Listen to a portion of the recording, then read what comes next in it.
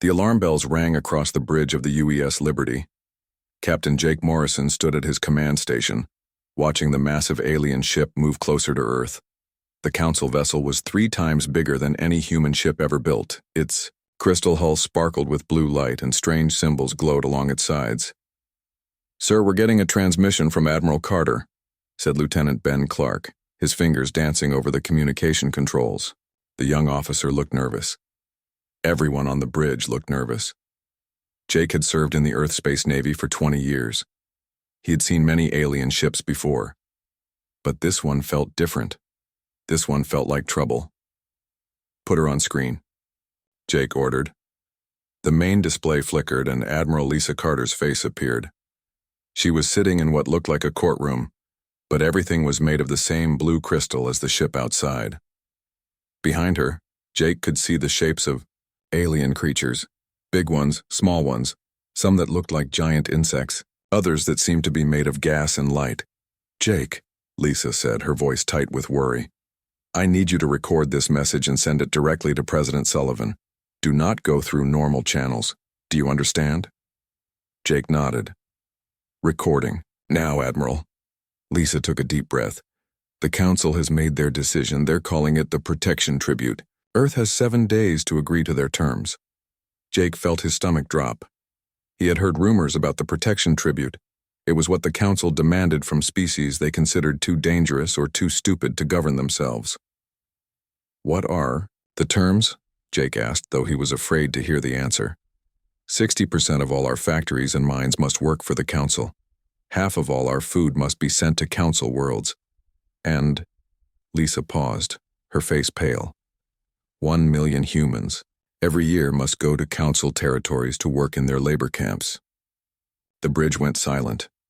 Jake could hear the hum of the ship's engines and the quiet beeping of computers, but no one spoke. No one moved. "They call it voluntary service," Lisa continued. "But we all know what it really is. It's slavery." Jake's hands tightened into fists. He had joined the Space Navy to protect Earth and her colonies. He had sworn an oath to defend humanity from all enemies. But how could they fight enemies with weapons and ships that were centuries ahead of their own? "What if we refuse?" Jake asked. Lisa's face grew even more serious. "Then they will take what they want by force. The Council has 1,000-member species. Their combined fleets could turn Earth into dust in a matter of hours." Behind Lisa, one of the alien creatures moved forward. It looked like a giant praying mantis, but with wings that sparkled like jewels. When it spoke, its voice sounded like clicking metal. "Human Morrison," the creature said.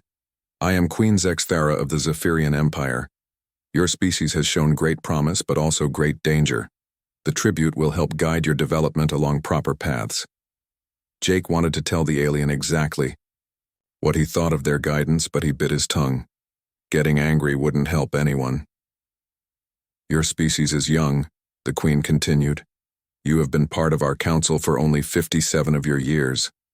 In that time, you have started 12 wars with other species, violated 36 trade agreements, and refused to follow 41 Council directives. This cannot continue." "Those wars were started by others," Jake said. "We were only defending ourselves." The Queen's wings buzzed with what might have been laughter. "This is exactly what we mean. You always claim to be victims, but somehow you always win your wars. This is not natural behavior for a young species." Another alien moved forward. This one was harder to look at. It seemed to be made of living crystal, constantly shifting and changing shape. When it spoke, its voice sounded like breaking glass. "I am Prime Crystal Vexthul of the Vorthan Collective," it said. "We have studied your species carefully. Your technology advances too quickly. Your population grows too fast. Your military adapts too easily to new threats. These are signs of a dangerous species." "Dangerous to who?" Jake asked. "To the order of the galaxy," Vexthul replied. "For 2 million years, the Council has maintained peace between the stars. We have done this by ensuring that no single species becomes too powerful. The tribute system prevents wars and maintains balance." Jake looked at Admiral Carter. She was shaking her head slightly, warning him not to argue further. But Jake had to know more. How many species pay this tribute? He asked. Currently, 412, the Queen said proudly. Each one came to understand that the tribute is better than chaos, better than war, better than extinction. The third alien finally spoke. This one was the strangest of all. It looked like a cloud of colored gas with glowing lights floating inside it. Its voice sounded like wind through leaves. I am Whisper of Stars from the Nether Collective, it said.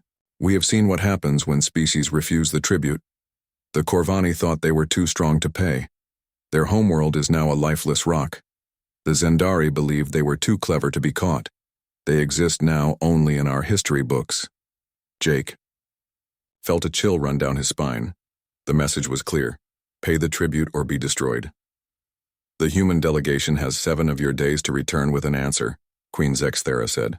We suggest you choose wisely. The transmission ended, leaving Jake staring at a blank screen. Around him, his crew waited for orders. But what orders could he give? How do you fight an enemy that outnumbers you 1,000 to 1?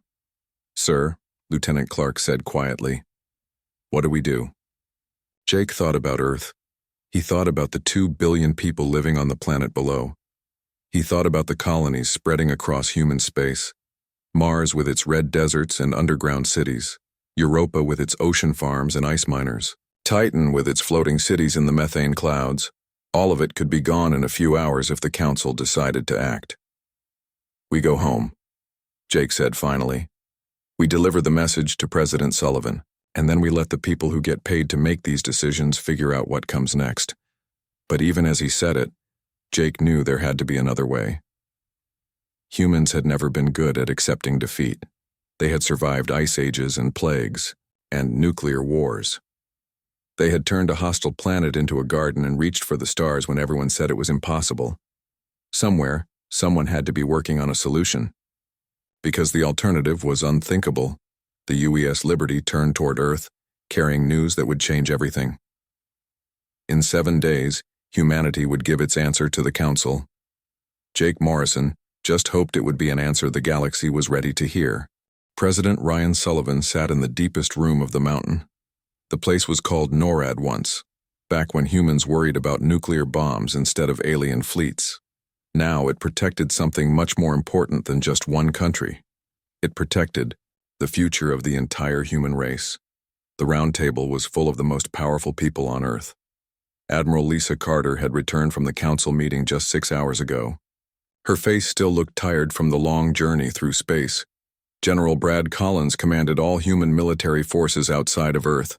His uniform had more medals than most people had ever seen, but the person everyone was looking at was Dr. Peter Yang. He was a small man with thick glasses and hands that shook when he was nervous. Right now, his hands were shaking a lot. Tell them, President Sullivan said quietly. Dr. Yang stood up and walked to the big screen on the wall. With a few button presses, images appeared. They showed ships that looked nothing like any human vessel ever built. The hulls were smooth and black, and they seemed to bend light around them. Ladies and gentlemen, Dr. Yang said, his voice getting stronger, what you are seeing is the result of 15 years of secret research.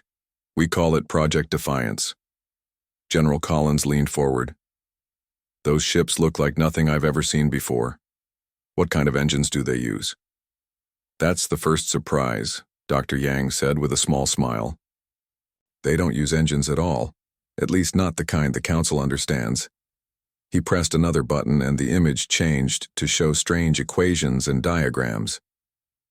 While the Council was teaching us their technology, we were developing our own, completely different approaches to everything. Movement, weapons, power generation, even thinking. Admiral Carter looked confused. Peter, we've been using Council technology for decades. Our ships, our computers, everything is based on their designs. That's what they think, Dr. Yang replied. And that's what we wanted them to think. Every ship they see, every weapon we all carry, every computer we use in public follows their technology. But underneath, we've been building something else entirely. President Sullivan stood up. Explain it in simple terms, Doctor. Some of us aren't scientists. Dr. Yang nodded. The Council thinks big. Big ships, big weapons, big explosions. They Fight wars like ancient Earth kingdoms fought wars. Lots of soldiers, lots of noise, lots of honor and ceremony. He changed the image again. This time it showed old Earth battles. Knights in armor, soldiers with guns, tanks rolling across fields. But humans learned something different, Dr. Yang continued. We learned that sometimes the best way to win is not to fight fair. We learned to hide, to trick, to hit where the enemy doesn't expect it. General Collins was beginning to smile. Guerrilla warfare. Exactly, Dr. Yang said, but not just on land or sea. Guerrilla warfare in space, in time, in dimensions the Council doesn't even know exist. He pressed another button. The screen showed a Council battleship, huge and powerful. Then it showed one of the black human ships appearing right next to it. The human ship was tiny compared to the alien vessel. Size doesn't matter when you can. Appear anywhere you want, Dr. Yang explained. Power doesn't matter when you can make the enemy's weapons forget how to work. Numbers don't matter when you can be in 10 places at once. Admiral Carter was staring at the screen. Peter, are you saying we can actually fight the Council and win? I'm saying we can do something better than win, Dr. Yang replied. We can make them realize they never understood what they were dealing with. President Sullivan walked around the table. How many ships do we have? Currently operational? 237, Dr. Yang said. But that number is growing every day. We have shipyards the Council doesn't know about, using materials they've never seen, powered by forces they don't understand. Where? General Collins asked. Dr. Yang smiled wider. Everywhere.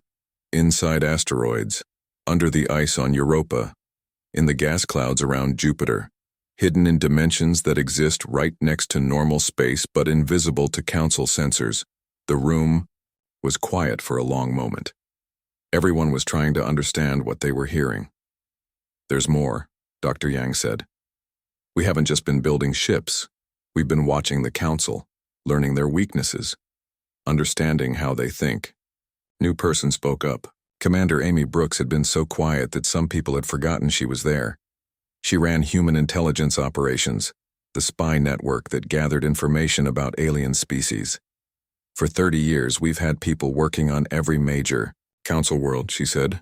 Not as spies exactly, as students, workers, traders, diplomats, people who watch and listen and remember everything. She stood up and walked to the screen. New images appeared. Council military bases, alien shipyards, command centers on a dozen different worlds. We know how they build their ships, Commander, Brooks continued. We know how they train their officers. We know their battle plans, their backup plans, and their emergency procedures. Most importantly, we know how they think. And how do they think? President Sullivan asked. Like bullies, Commander Brooks replied. They've been the strongest kids in the school for so long that they've forgotten anyone might fight back. They think war is about showing off, about proving who has the biggest weapons and the most ships. Dr. Yang nodded. That's their weakness. They fight wars like games with rules everyone agrees to follow. But humans never agreed to those rules. General Collins was studying the images on the screen. What about their allies? Some Council species might actually want to help us. More than you might think, Commander Brooks said. The tribute system isn't popular with everyone. Hundreds of species pay those tribute taxes. They give up their resources, their people, their freedom. Many of them would love to see the Council system end. But they're afraid to act alone, Admiral Carter said, understanding. Exactly, Commander Brooks replied. But if someone else made the first move, if someone showed it was possible to stand up to the Council and survive, things might change very quickly. President Sullivan returned to his seat. So what are you proposing? Dr. Yang took a deep breath. We're proposing that we don't just refuse to pay the tribute. We're proposing that we end the tribute system entirely, for everyone. The room exploded with voices. People were talking over each other, asking questions, raising concerns. President Sullivan held up his hand for quiet. One at a time, he said. Dr. Yang, are you absolutely certain these new ships and weapons will work? Mr. President, Dr. Yang replied. 3 days ago, we tested one of our ships against a captured Council fighter. The test lasted exactly 4 seconds. The Council ship never even detected our presence before its systems were completely disabled. Disabled, not destroyed? Admiral Carter asked. We don't need to kill them, Dr. Yang said. We just need to show them that their technology is no longer superior to ours. That the age of Council dominance is over. President Sullivan looked around the table at the faces of his advisors. These were the people who would have to make humanity's most important decision. How long do we have to prepare? He asked. 4 days until we have to give our answer, Admiral Carter replied. Then we have 4 days to get ready to change the galaxy, President Sullivan said. Dr. Yang, I want every one of those ships ready. For action. Commander Brooks, I want to know which species might support us when this starts. General Collins, prepare our conventional forces for the possibility that this plan doesn't work. He stood up, and everyone else stood with him. 4 days. We're going to give the Council an answer they'll never forget. The great meeting hall on Nexus Prime was packed with aliens from across the galaxy. Thousands of different species had come to watch humanity give their answer to the Council's demands. The building itself was enormous, carved from a single piece of crystal that rose into the clouds. Admiral Lisa Carter walked slowly toward the speaking platform in the center of the hall. Her boots echoed on the crystal floor. Every eye, tentacle, and sensor was focused on her. The weight of representing all humanity pressed down on her shoulders. Above the hall, massive screens showed the scene to billions of beings across the galaxy. This was the moment everyone had been waiting for. Would the young human species accept their place in the galactic order, or would they be foolish enough to resist? Queen Zexathara sat on her crystal throne, her wings folded behind her. Prime, Crystal Vexthal glowed with satisfaction beside her. Even Whisper of Stars had formed into a more solid shape to watch the ceremony. Today, Queen Zexathara announced, her voice carrying across the hall, the human species will accept the wisdom of the Council and join the ranks of civilized worlds paying the protection tribute. Cheers and clicking sounds came from the Council, supporters in the audience. But Lisa noticed that many beings stayed silent. She wondered how many of them secretly hoped humanity would find a way to resist. Lisa reached the platform and looked up at the thousands of aliens watching her. She took a deep breath and began to speak. Honored members of the Galactic Council, she said, her voice clear and strong. Humanity has carefully considered your offer of protection. We are moved by your concern for our welfare and your desire to guide our development. The Queen's wings buzzed with pleasure. This was going exactly as expected. However, Lisa continued, and the hall grew quiet. We must respectfully decline your generous offer. The silence lasted for exactly 3 seconds. Then the hall exploded, with noise. Aliens were shouting, clicking, buzzing, and making sounds that had no human equivalent. The Queen rose from her throne, her wings spread wide in anger.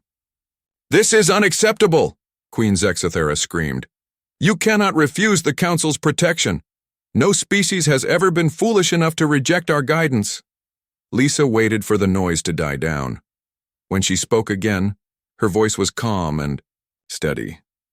Your Majesty, I believe you have misunderstood the nature of our species. You see us as sheep requiring shepherds. We prefer to think of ourselves as wolves who have been wearing sheep's clothing. At that exact moment, alarms began ringing throughout the Nexus Prime system. The Council's enforcement fleet, positioned around the human home system to show their power, suddenly found themselves facing something impossible. Admiral Thexnor of the Zephyrian Navy was commanding the Council fleet from his flagship, the Righteous Fury. It was the largest warship ever built, with weapons that could destroy entire planets. Around him, 300 other Council ships waited in perfect formation. Admiral, his communications officer called out, I'm detecting strange readings throughout the system. What kind of readings? Admiral Thexnor asked. Sir, there are ships appearing everywhere, but they're not showing up on our scanners until they're already here. On the main screen, Admiral Thexnor watched as sleek black ships materialized out of empty space. They seemed to flow rather than fly, moving in ways that defied everything he knew about space travel. How many ships? He demanded. I count 50, sir. No, wait. Now there are 100. Sir, they keep appearing and disappearing. It's like they're not entirely in our dimension. Captain Jake Morrison stood on the bridge of the UES Liberty, but this wasn't the same ship he had commanded days before. The entire vessel had been rebuilt using the new technology. The walls seemed to pulse with life, and the controls responded to his thoughts as much as his touch. All ships, Jake said into his communication system, assume demonstration positions. Remember, we're here to show our capabilities, not to start a war. Around him, his crew worked at stations that looked more like works of art than military equipment. The technology was so advanced that it seemed like magic, but Jake knew it was based on solid human science. Science that the Council had never imagined. Sir, Lieutenant Ben Clark called out, the Council fleet is powering weapons. Let them, Jake replied. Dr. Yang said their weapons won't work on us. Let's see if he was right. Back in the Great Hall, Lisa continued her speech while chaos erupted around her. For 57 years, she said, humanity has been learning from the Council. We have studied your technology, your tactics, and your way of thinking. But most importantly, we have been developing our own approaches to these challenges. Prime Crystal Vexthal stepped forward, his crystalline body crackling with energy. Impossible. Your species has no technology we have not seen. We have monitored your development carefully. Lisa smiled. Yes, you have monitored what we wanted you to see. Every ship you observed, every weapon you cataloged, every piece of technology you studied was built using your methods. But underneath, we were creating something entirely different. The screens above the hall switched to show the space battle that was beginning around Earth. The Council fleet was firing their massive energy weapons at the human ships, but something strange was happening. The beams were passing right through the black vessels as if they weren't there. What is this sorcery? Queen Zexithera demanded. Not sorcery, Lisa replied. Just physics that your scientists never explored. You see, you focused on making your existing technology bigger and more powerful. We focused on understanding the fundamental nature of reality itself. Admiral Thexnor was becoming desperate. His most powerful weapons were having no effect on the human ships. Worse, the humans hadn't fired a single shot, but his fleet was beginning to experience serious problems. Sir, his weapons officer reported, our targeting systems are malfunctioning. Every time we lock onto a human ship, the system forgets what it was doing. Switch to manual targeting, the Admiral ordered. We tried, sir. The manual systems are also failing. It's like our computers are refusing to acknowledge that the human ships exist. Then the human ships began their own demonstration. They didn't fire energy beams or launch missiles. Instead, they did something that made Admiral Thexner's blood run cold. Space itself began to bend around the Council ships. Reality twisted and folded, creating rifts in the fabric of the universe. 3 of his largest battleships simply vanished. Not destroyed, but transported to somewhere else entirely. Other Council vessels found their engines shutting down for no reason. Their life support systems continued working. Their lights stayed on, but every weapon and propulsion system simply stopped functioning. Admiral, his communications officer said in a shaking voice, I'm receiving a message from the human fleet. Put it through, Admiral Thexenor said, though he dreaded what he might hear. Captain Jake Morrison's face appeared on the screen. He looked calm and professional, not like someone in the middle of a battle. Admiral Thexenor, Jake said politely. My name is Jake Morrison of the United Earth Space Navy. I want you to know that your crews are perfectly safe. We have simply disabled your ability to threaten our world. How? Admiral Thexner asked. We asked your ships very nicely to stop working, Jake replied with a slight smile. Turns out when you understand technology at the quantum level, you can have very persuasive conversations with individual atoms. Back in the Great Hall, the screens showed the results of the battle. The entire Council enforcement fleet, 300 of the most advanced warships in the galaxy, had been neutralized in less than 30 minutes. Not a single crew member had been hurt, but every ship was now as harmless as a floating decoration. Lisa looked up at the shocked faces of the Council members. What you have just witnessed, she announced, represents approximately 1/3 of 1% of humanity's current military capability. The hall fell completely silent. Even the air recycling systems seemed to stop working. "We have been patient," Lisa continued. "We have been polite. We have followed your rules and paid your taxes and pretended to be the weak young species you thought we were. But that time is over." She turned to face Queen Zexithara directly. "The age of tribute is finished. The time of the council ruling over other species is done. We are here to propose something new, something better." The queen's wings were trembling, with rage and fear. "What are you proposing?" she whispered. Lisa smiled, and for the first time since entering the hall, she looked truly happy.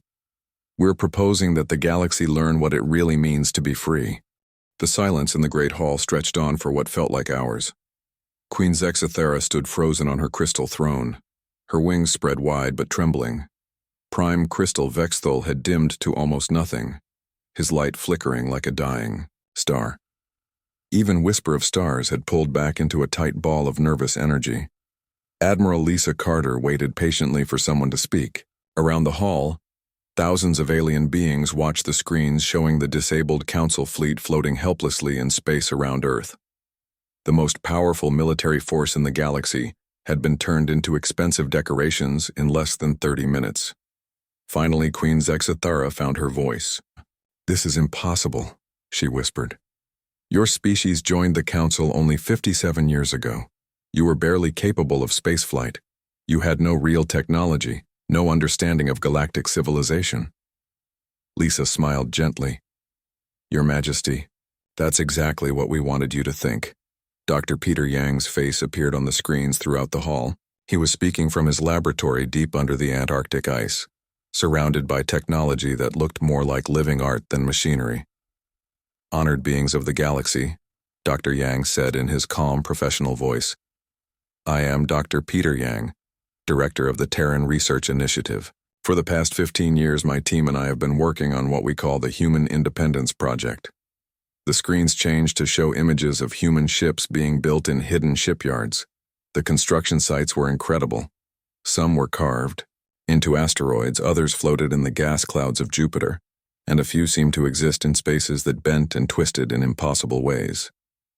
"While the Council believed we were struggling to understand basic galactic technology," Dr. Yang continued, "we were actually developing completely new approaches to physics, engineering, and what you might call reality manipulation. Prime Crystal." Vexthul managed to gather enough energy to speak. "You deceived us. Everything you showed us, all your technology, all your capabilities, it was all fake." "Not fake," Dr. Yang corrected. "Just incomplete. Every ship you inspected was real. Every weapon you cataloged actually worked. Every computer system you studied was functional, but they were all built using your technology, your methods, your way of thinking." The screens showed two different human ships side by side. One looked like a normal council-style vessel with metal hull and visible engines. The other was sleek and black, seeming to bend light around itself. "This ship," Dr. Yang said, pointing to the normal-looking vessel, "is what we showed you. It uses fusion engines, energy shields, and plasma weapons, just like your ships. It would take about 6 hours for a council fleet to destroy it." He pointed to the black ship. "This ship uses what we call quantum displacement, reality anchoring, and probability manipulation. Your fleet couldn't destroy it if they had 6 years to try." "But why?" Queen Zexithara asked, her voice filled with confusion and hurt. "Why hide this from us? We welcomed you into the council. We shared our knowledge with you." President Ryan Sullivan's face replaced Dr. Yang's on the screens. He was sitting in the Oval Office in New Geneva, looking tired, but determined. "Your Majesty," he said respectfully, "you welcomed us into the council as junior members.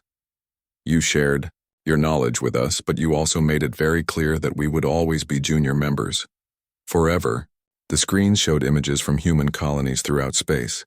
Mars with its underground cities, Europa with its floating ocean farms, Titan with its cloud cities. All of them looked peaceful and prosperous. "We didn't want to rule the galaxy," President Sullivan continued. "We just wanted to be left alone to grow and develop in our own way. But the tribute system made that impossible. You are asking us to give up our freedom, our resources, and our people. The tribute system maintains order. Prime Crystal Vexthal protested. Without it, there would be chaos, wars, destruction. There would be freedom, President Sullivan replied. And yes, freedom is sometimes messy, but it's better than slavery. Commander Amy Brooks appeared on the screen next to the president. She had a stack of files in front of her and looked very serious. We have been monitoring the tribute system for 30 years, she announced. Do you know how many species currently pay tribute to the Council? 412. Do you know how many of them volunteered to pay? She paused and looked directly at the camera. 0. Not a single species chose to give up their freedom. Every single one was forced into the system through threats, economic pressure, or military action. The screens changed to show scenes from tribute worlds. Alien beings working in mines and factories, their resources being shipped away to Council worlds. Children being separated from their families for educational purposes that looked more like slave training. This is not order, Commander Brooks continued. This is oppression, and it ends today. Captain Jake Morrison's face joined the others on the screen. He was still on the bridge of the UES Liberty, but now the ship was surrounded by hundreds of other human vessels. They filled the space around Earth like a protective cloud. The demonstration you witnessed today, Captain Morrison said, was just the beginning. At this moment, human ships are positioned near every major Council military base, every tribute collection center, and every world where Council forces maintain control through fear. The screen split into dozens of smaller images, each showing a different star system. In every image, sleek black human ships could be seen near Council installations. They weren't attacking or threatening. They were just there, visible, waiting. We're not here to conquer anyone, Captain Morrison continued. We're here to offer a choice. Every species in the galaxy can choose to continue under Council rule, or they can choose freedom. The reaction was immediate. Throughout the Great Hall, aliens began standing up and shouting. Some were angry, demanding that the humans be arrested for treason. Others were excited, asking how they could join this new system. A few species were already activating their communication devices, probably calling home to report what was happening. Queen Zexthara raised her wings for silence, but it took several minutes for the noise to die down. You cannot simply dissolve the Council, she said when she could finally be heard. The Council has maintained galactic civilization for 2 million years. Without us, there would be chaos. Admiral Carter stepped forward again. Your Majesty, with respect, you maintained order through fear and force. That's not civilization. That's just organized bullying. She gestured to the screens showing human ships throughout the galaxy. We're proposing something different. A federation, where species work together as equals. Where no one species rules over the others. Where tribute is replaced by voluntary cooperation. And if we refuse? Prime Crystal Vexthal asked. Admiral Carter's expression became very serious. Then you can try to maintain your system by force, but you should know that humanity has been preparing for this possibility for a very long time. We've been patient, because we hoped it wouldn't be necessary. But if you choose to fight rather than negotiate, you'll discover just how patient we've really been. Dr. Yang appeared on the screen again. Behind him, new images showed shipyards that were even larger and more advanced than the ones revealed earlier. The ships you've seen today, he said quietly, represent our peacekeeping fleet. They're designed to disable and contain, not to destroy. But we also have other ships. Ships designed for war. Ships that make today's demonstration look like a children's toy. He paused and looked directly at Queen Zexthara. We really hope we never have to show you those ships. The Queen looked around the hall at the faces of the other Council members. She could see fear in their eyes, but also something else. Relief. Many of them had grown tired of maintaining an empire built on fear. What exactly are you proposing? She asked finally. President Sullivan smiled for the first time since the broadcasts began. We're proposing that every species in the galaxy gets to choose their own path. No more tribute, no more forced labor, no more species ruling over other species. Just voluntary cooperation between equals. And the Council? Whisper of Stars asked, speaking for the first time. The Council can continue to exist, Admiral Carter replied. but as a forum for discussion and cooperation, not as a ruling body. Every species gets one vote regardless of their size or power. Decisions are made by agreement, not by force. Queen Zexithara was quiet for a long time. Around the hall, other species were already talking among themselves, discussing this new possibility. "And if we agree to this new system?" the queen asked. "What happens to species that don't want to join? What happens to worlds that prefer the old ways?" "They're free to choose," President Sullivan replied. "If a species wants to maintain their old government, that's their right. If they want to form their own alliances, that's their choice too. The only thing that's not allowed anymore is forcing other species to serve you." The screens changed one final time, showing Earth from space. The blue and green world looked peaceful and beautiful, surrounded by its protective fleet of human ships. 57 years ago, Admiral Carter said, humanity joined the galactic community, hoping to find friends among the stars. Instead, we found masters who wanted to make us slaves. Today we're offering the galaxy a chance to find something better.